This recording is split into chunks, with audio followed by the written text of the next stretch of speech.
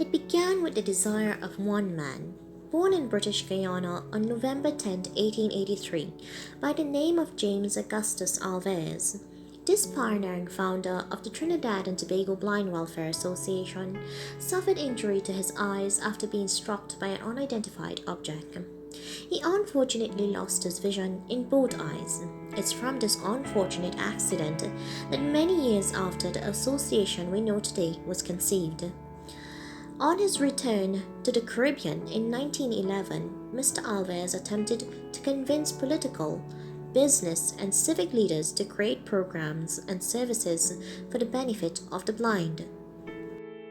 Fortunately, he managed to obtain approval and assistance from the then governor, Sir George Leigh Hunt, and the Roman Catholic Archbishop and Anglican bishop. In addition to this meeting, a consensus of the blind population was made. Fortunately, in 1913, an Act of Parliament was passed to proceed with the implementation of ideas by Mr. Alvarez to form the Trinidad and Tobago Blind Welfare Association. These newspaper articles, dated in the year 1914, marked the opening of the Institute for the Blind with its Board of Industrial Training on Edward Street, Port of Spain. Then in 1914, with 6 students and Mr. Alvarez as an instructor under the institute, a syllabus was created to teach blind students. This syllabus included crafts, recreation activities, as well as reading and writing Braille. As the blind students started to increase in numbers, Mr. Alvarez was joined with past student Miss Chastabel Swanston, who taught blind female students. The difficulty in transportation to and from the school led to the opening of the St. Mary's Home for Blind Women and Girls in the year 1926 by Miss Audrey Jeffers. Sadly, in 1978, the Home for Blind Men was destroyed by a fire and this ceased its operation.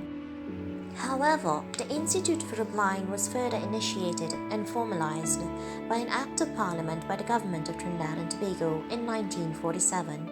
The Institute for the Blind was now known as the Trinidad and Tobago Blind Welfare Association. It now consisted of a council of 30 members.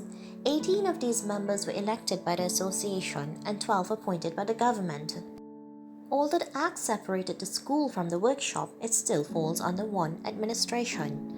Clients are now offered rehabilitation, education, and social services. There are 3 branches of the Trinidad and Tobago Blind Welfare Association.